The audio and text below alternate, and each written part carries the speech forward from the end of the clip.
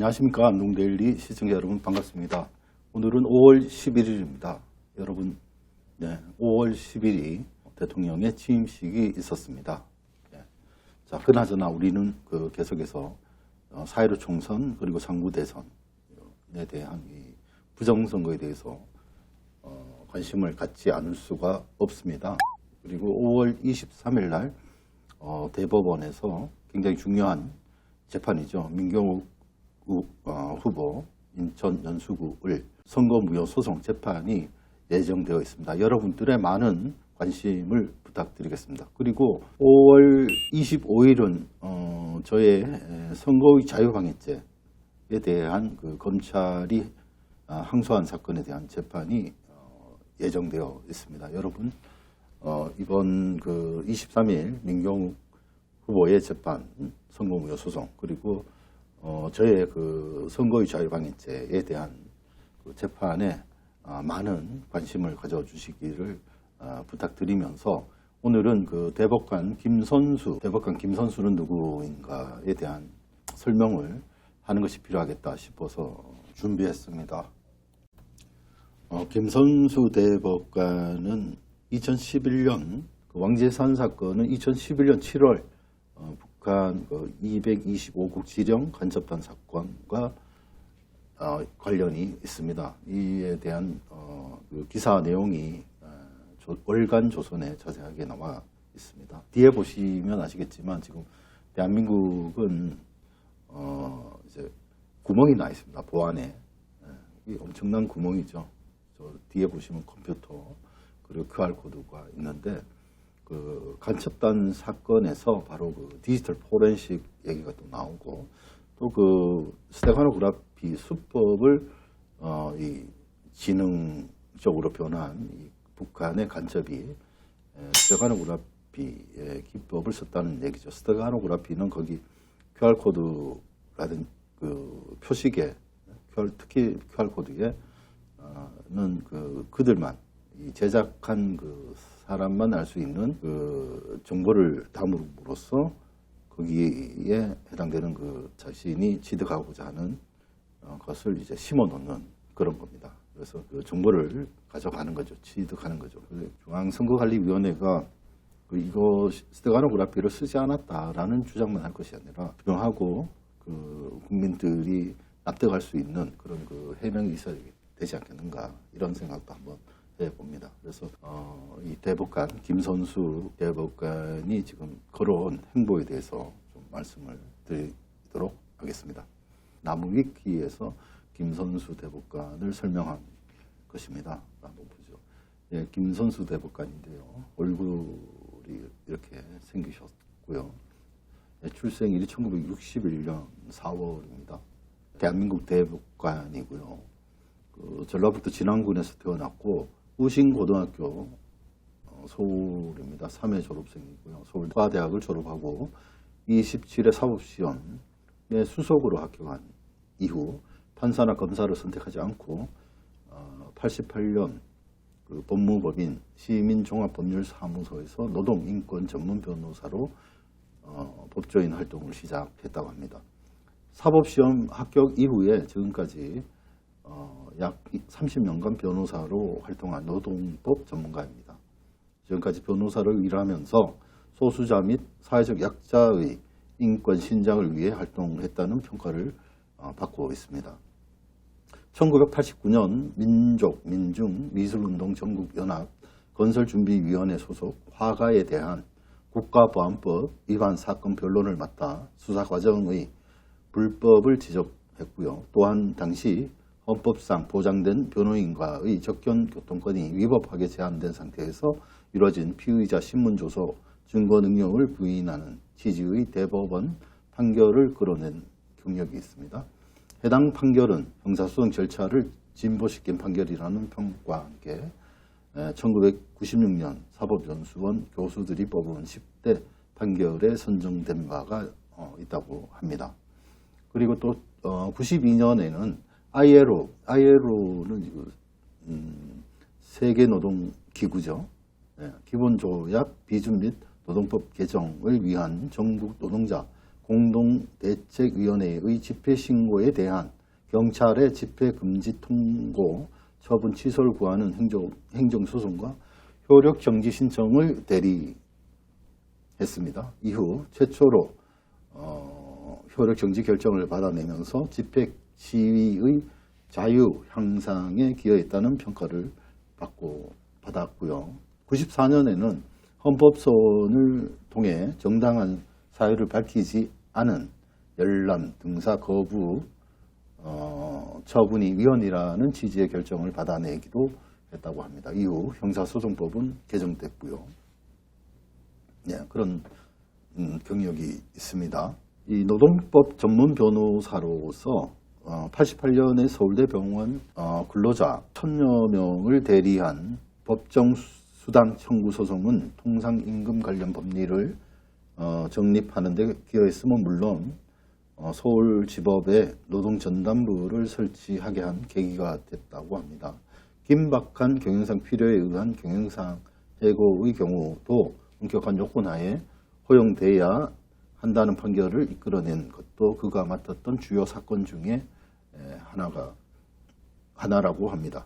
참여정부에서는 사법개혁추진위원회 기획추진단장으로 활동하며 상고심 개선과 하급심 강화, 노동법원 도입, 징벌적 손해배상제 및 집단소송제 도입 방안 등 내용을 담은 사법개혁 리포트를 출간한 경험도 있다고 합니다. 또한 당시에 대통령 비서실 사법개혁 비서관으로 당시 문재인 민정수석과 호흡을 맞추기도 했다고 합니다.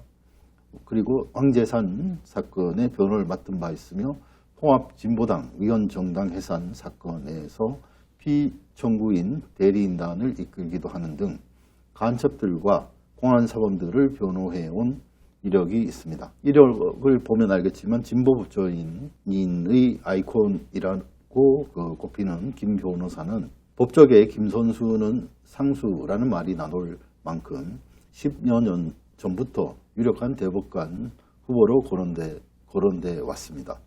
노동 관련 변호에서 독보적인 족적을 남긴 데다 법정의 신사하라 불리는 등 실력과 인품에서 두루 인정받아 와서 그렇다고 합니다. 하지만 보수 정권에서는 당연히 기용되지 않았고 문재인 정부가 출범하면서 3번이나 임명 제청되면서 차기 대법관 1순위로 꼽히는 와중에 2018년 7월 2일 김명수 대법원장이 동년 8월에 임기가 끝나는 고영환, 김창석, 김신 대법관의 후임으로 이동원 법원장, 노정희 법원 도서관장과 함께 신임 대법관 후보로 문재인 대통령에게 임명 제청됐고 이후 국회 표결을 통과하면서 판검사 경향이 전무한 최초의 대법관이 되었습니다. 지금 제가 읽고 있는 것은 나무위키입니다.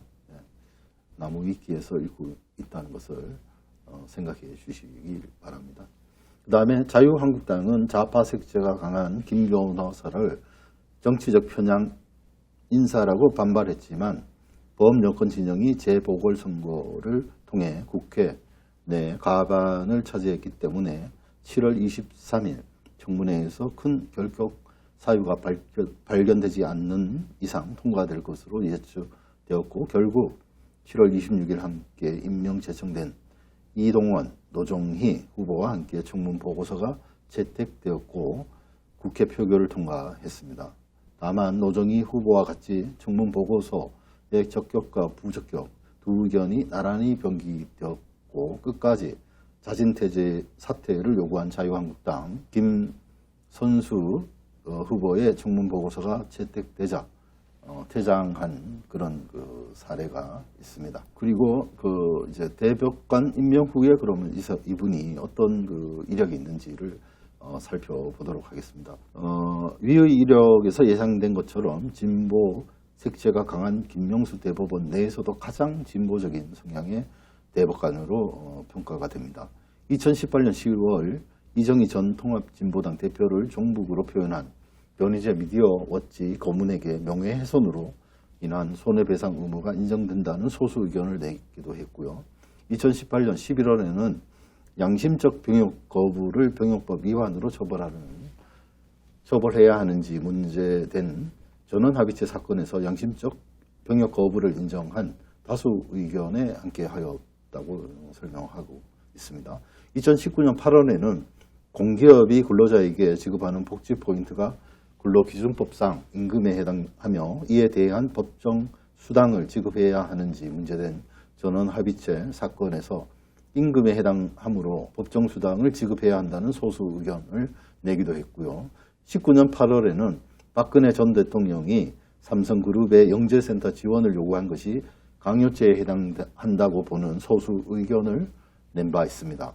그리고 19년 11월에는 이승만 박정희 전 대통령을 친일파로 표현한 다큐멘터리 백년 전쟁에 대한 방송통신위원회의 제재 조치가 위법하다는 다수 의견을 내기도 했고요. 21년 4월 황운하 의원이 공직선거법 및 국회법상 겸직 금지를 위반한 것이어서 당선 무효가 되어야 하는지 문제된 사건에서 주심 대법관으로서 사직원이 접수된 이상 직을 그만둔 것으로 보아야 한다고 판단하여 청구를 기각한 바 있습니다. 그리고 21년 9월에는 근로자가 재해로 사망한 경우에 있어 그의 업무와 사망 간 인간관계 유무의 증명 책임을 근로복지공단에 지워야 하는지 문제된 전원합의체 사건에서 근로복지공단에게 증명 책임이 부과된다는 소수 의견을 내기도 했습니다. 그리고 그 같은 해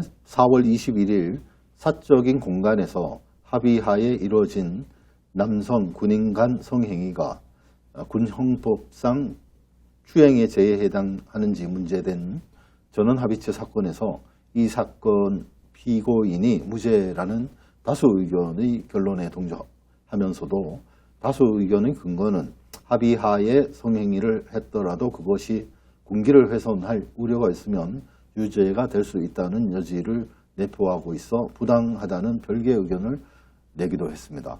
진보 변호사로 오랜 기간 활동한 이력 탓인지 과거 관여했던 사건을 회피하게 되는 경우가 유난히 많습니다. 2020년 7월 이재명 경기도지사의 선거법 위반 여부에 관한 상고심 전원합의체 사건에서는 과거에 이재명의 다른 사건 변호인이 되었던 적을 있었음을 이유로 회피하여 심리에 참여하지 않았고요. 2020년 9월 전국교직원 노동조합과 관련한 상고심 전원합의체 사건에서도 과거 정교조 측을 대리한 이력이 있어 사건을 회피했습니다. 자, 그러면은 또 나무위키에서 계속되는데요. 아까 2011년 왕재산 간첩단 사건 관련된 내용을 한번 보도록 하겠습니다. 자, 왕재산 사건입니다. 자, 개요를 읽도록 하겠습니다. 대한민국 인천광역시에서 발생한 간첩 사건이고요. 북한 조선노동당 225국의 지령을 받고 20년 동안 간첩 활동을 해왔다가 적발되어 2011년에 체포된 사건이고요. 이것은 1994년 구국 전이 사건과 99년 민주혁명당 민혁당 사건 이후 12년 만에 발각된 반국가단체 사건이 되겠습니다. 관련자들은 북한에 기밀을 넘긴 혐의에 대해서는 유죄를 받았지만 왕재산이라는 단체를 결성했다는 혐의에 대해서는 무죄 판결이 내려졌습니다. 간첩 행위는 분명한 사실이지만 왕재산이라는 북한의 지하당, 반국가 단체는 존재하지 않았다. 다만 어떤 그 선전가요를 연주한 북한의 경음악 단체 왕재산 경음악단이라면 존재한다. 그리고 최초 보도됐을 때는 일부 언론사에 간첩단 사건이 아닌 왕재산이라는 개인이 간첩 노릇을 하다가 체포되고 활동 내용 중에 2012년 대통령 선거와 관련해 야권 통합 운동을 벌인 것처럼 보도했기 때문에 오해하는 사람들이 많았습니다. 심지어는 첩보 역사상 가장 오지랖 넓은 간첩이라는 말까지 나왔을 정도라고 합니다. 하지만 왕재산 사건은 개인이 아닌 엄연히 간첩단 사건이며 상세한 전말은 아래와 같다고 합니다. 사건의 전말, 총책임자 김모 씨는 1980년대에 주사파로 활동하다가 90년 초 조선노동당 대외연락부 당시 사회문화부에 포섭되었습니다. 93년 8월 26일 김일성을 직접 면담하기도 했고 북한 간첩들은 이 접견 교신은 목숨을 걸고 수행해야 한다고 생각하고 있다고 합니다. 이후 93년 9월 지원개발을 설립하고 1994년 4월부터 2011년 6월까지 중국을 59회 출입하면서 북한 공작관들을 만나 지령을 받았고 출입국 명목은 상담, 시장조사, 상용 등 평범한 기업활동이었습니다. 김모 씨가 포섭한 인물은 임모 씨, 초등학교, 중학교 후배이자 80년대 주사파 지하조직 출신, 그리고 이모 씨, 대학 동창이었고요. 참고로 이 씨는 열린우리당 현 더불어민주당 소속의 임채정 국회의장 정무비서관이었습니다. 조선노동당 225국 옛 조선노동당 대외연락부는 진두 지휘를 해서 남한 수도권 지역에 지하조직을 구축하기 위한 물밀 작업을 전개하였다고 합니다. 225국은 총책 김모 씨에게 공작금을 주고 작업을 지시했다고 하고요. 김모 씨는 2001년 11월 북한 체제를 선전할 목적으로 벤처기업 코리아 콘텐츠 랩을 차렸다고 합니다. 김모 씨는 인천 남동공단에서 2002년 6월 IT업체 지원넷을 차리기도 했다고 합니다. 북한에서 거액의 돈을 받았다기보다는 기술을 팔아서 공작금을 마련했고 2009년 중반경에 북한 225국으로부터 차량 번호 인식 시스템 핵심 기술을 지원받아 지원넷 LPR 차량 번호 영상 인식 주차 관계 시스템을 자체 개발한 것처럼 홍보하며 2009년 11월경부터 이를 판매하였고 2010년 3월경부터 지원넷 LPR 주차 관제 시스템의 주차장 내 빈 공간을 인식할 수 있는 인식 엔진 프로그램을 추가 장착한 보다 개선된 성능의 LPR 주차 관제 시스템 기술 개발을 북한 225국과 협의 중이었습니다. 위장업체에서 만난 지인들 역시 포섭하여 자신의 편에 가담시켜 놓았고 포섭 대상은 자기 밑으로 일하러 온 직원들, 협력업체 사람 등 다양했다고 합니다. 자, 그러면 이게 굉장히 중요하죠. 그 번호판 인식하는 거하고 주차장에 가시면은 아시겠지만 빈 곳이 있거나 그 주차된 것을 이제 볼 수 있는 그런 시스템을 오래전부터 벤처기업으로 활동을 했다고 이렇게 이야기를 하고 있습니다. 자, 그러면은 사건 진행 계속 읽어보겠습니다. 2011년 7월 서울중앙지방검찰청 공항 1부는 총책임자인 김모 씨, 인천 책임자인 임모 씨, 서울 책임자인 이모 씨 등 5명을 체포하여 국가보안법상 반국가단체 결성, 이적표현물 소지, 북한 공작원과의 통신, 회합죄, 형법상 간첩죄로 기소되었습니다. 이 과정에서 초기에는 간첩단 이름을 일진회로 발표했다가 기소 단계에서 왕재산으로 변경되었습니다. 1심인 서울중앙지방법원에서는 왕재산이라는 반국가단체 결성에 대해서는 증거 불충분으로 늘 이유로 무죄를 선고하였고 이 외에 이적표현물 소지, 통신, 회합, 그리고 간첩 혐의에 대해서는 유죄로 판결하여 총책임자 김모 씨에게 징역 9년을 그리고 임모 씨 등에게는 징역 5년에서 7년의 실형을 선고하였으며 유모 씨에게는 징역 2년에 집행유예 3년을 선고했습니다. 김모 씨 등은 법적 구성되었습니다. 2심인 서울고등법원에서도 국가보안법상 반국가단체 결성에 대해선 역시 무죄로 판결하였고 이적표현물 소지와 북한 공작원과의 통신, 회합 등 1심이 유죄로 판단한 일부 혐의 역시 무죄로 받습니다. 이에 따라 총책임자 김모 씨에게는 징역 7년, 자격정지 7년을 선고하였습니다. 같은 혐의로 기소된 임모 씨 등 3명은 징역 4년에서 5년 및 자격정지를, 가담 정도가 가벼운 유모 씨는 징역 1년에 집행유예 2년을 선고했습니다. 일부 혐의가 무죄가 되면서 전체적으로 형량이 줄어들었습니다. 3심 대법원에서는 2심 판결을 그대로 확정하였습니다. 왕재산 조직 결성에 대해서 무죄가 확정되었는데도 대부분의 언론이 일관되게 왕재산 간첩단 사건으로 보도하고 있습니다.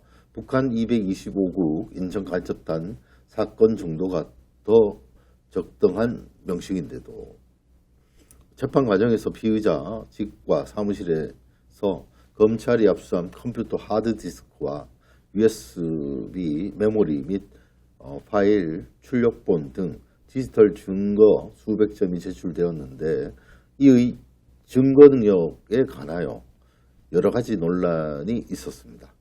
구체적으로 설명하면 법정에서 증거로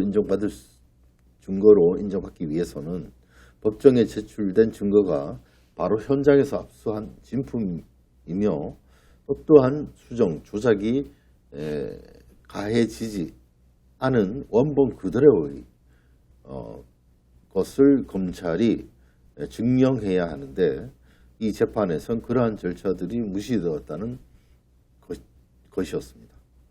검찰은 대략 60여 가지 디지털 증거물을 제출하였으나 해시값, 대조 등으로 확실하게 검증된 것은 하드디스크 하나와 USB 저장 매체들 뿐이라는 것이 재판의 자문교수로 참여한 오기령 신경대 경찰행정학과 교수의 주장입니다.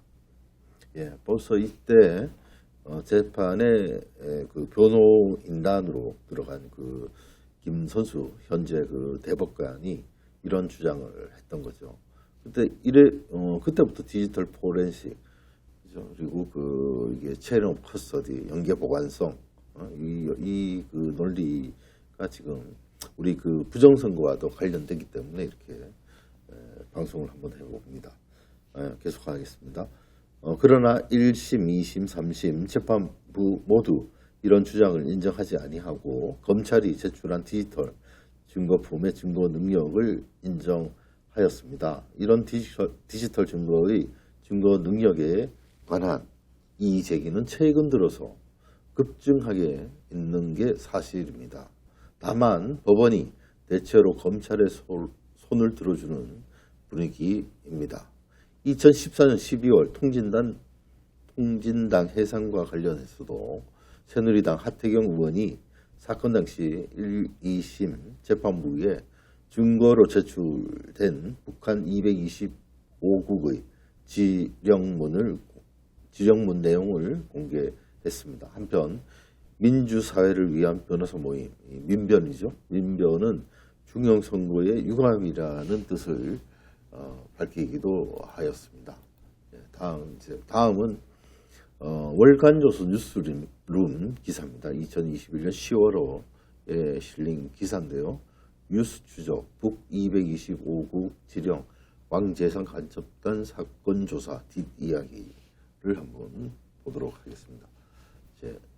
월간조선 뉴스룸입니다. 이것을 보여드리는 것은 스테가노그래피가 여기서도 나온다는 거죠. 네. 자, 기사를 읽어보겠습니다. 왕재산은 기존 간첩단이 북한에 활동 자금을 의존한 것과는 달리 기업을 직접 설립해 활동 자금을 마련했습니다. 총책 김 씨가 연락책 이 씨와 2002년 6월에 세운 2002년이면 뭐 굉장히 이때면 6월이면은 김대중 정권 말이네요, 그죠? 한창 그 벤처 붐이 일때입니다. 자, 2002년 6월에 세운 지원넷은 북한 225국으로부터 핵심 기술을 지원받아 주차장용 차량 번호 인식 시스템 등 상용 프로그램을 개발, 판매해 약 22억 원의 연매출을 올렸습니다. 인터넷과 이메일을 통한 고도의 첩보 통신 수법도 기존 간첩단과 달라진 형태였습니다. 북한 공작 조직이 개발한 스테가노그래피 기법을 이용해 비밀 메시지를 신문기사 등 파일에 은닉했습니다. 존재까지 숨겨진 암호 내용을 보려면 복화화 프로그램을 이용해 병문으로 바꿔야 합니다. 여기서 좀 보십시오. 북한 이 간첩 들이 이런 것들도 지금 한다는 거 아닙니까? 스테가노그래피라는 것은 전달하려는 기밀 정보를 이미지 파일이나 mp3 파일 등의 암호화해서 숨기는 심층 그 암호화 기법인데요. 벌써 2011년도에 이렇게 사용을. 그다음에 2002년도에는 아까 그 6월 한창 그 벤처 부분이 불 때입니다. 이때가 지원넷이라는 그 회사를 만들고 주차용 차량 번호 인식 시스템까지 이렇게 해서 개발하고 판매까지 해서 연매출액이 22억 원 2009년 기준으로 올렸다고 합니다. 예. 참 이렇게 간첩들이 지금 대범하게 지금 활동을 하고 있습니다. 계속 읽겠습니다. 공안당국은 왕제산이 선거 개입 등 정치권에도 직접 침투했다고 밝혔습니다. 북한 225국은 각종 선거 때마다 왕제산의 지정을 하달해 진보 세력과 개혁 민주 세력의 역량 확대와 민주노동당을 중심으로 한 진보 대통합 정당 구성 등을 지시했다고 합니다. 네, 그렇죠. 네, 여기까지 이렇게 제가 아까 그 김선수 대법관은 누구인가라는 제목으로 방송을 지금 했습니다. 여러분 어떻게 들으셨습니까? 지금 이게 부정선거라는 것이 쉽게 봐서는 되지 않습니다. 지금 그 2020년 4.15 총선이 부정선거였다는 것은 계속해서 드러나고 있고 이 대법관 중에 김선수 이 사람이 가장 그 진보 성향이 강한 사람으로 알려져 있다는 말씀을 드리고요. 아까 그 여기 기사 내용 그리고 그 대법관 김선수가 지금 걸어온 길들을 보게 되었습니다. 여러분 어떻게 생각하십니까? 물론 그 인권이라든지 그 노동법 그리고 그 인권 변호사 이렇게 얘기하는데 좋습니다. 그러나 이 그 북한을 우리의 적을 이렇게 하는 그런 일을 한다고 하면 이거는 반국가 세력이죠. 이것은 대법관이라고 할지라도 대통령이라고 할지라도 이적행위 이것은 내외란의 죄로 탄핵뿐만 아니라 반역죄로 처벌할 수 있습니다.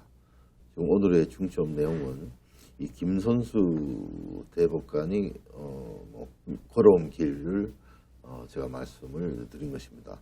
이제 그 5월 23일이면 민경욱 인천 연수구을 국회의원 후보자가 선거 무효 소송을 냈고 그것이 180일 이내에 재판을 하여서 긴급히 신속하게 다른 그 재판보다 우선해서 하고 180일 이내에 결론을 내게 돼 있는데 이 대법관들이 그러한 법을 어기고 있는 그런 상황입니다. 네. 그리고 5월 23일 민경욱 후보의 선거무효 소송에 12시부터 그 집회와 기자회견을 한다고 하니까요. 여러분들 많이 찾아봐 주시고 계속해서 부정선거의 증거들을 잡아주시고 중요한 제보들은 안동 데일리에 해주시면 감사하겠습니다. 그리고 23일이 그 민경욱 후보의 선거무효 소송이 있고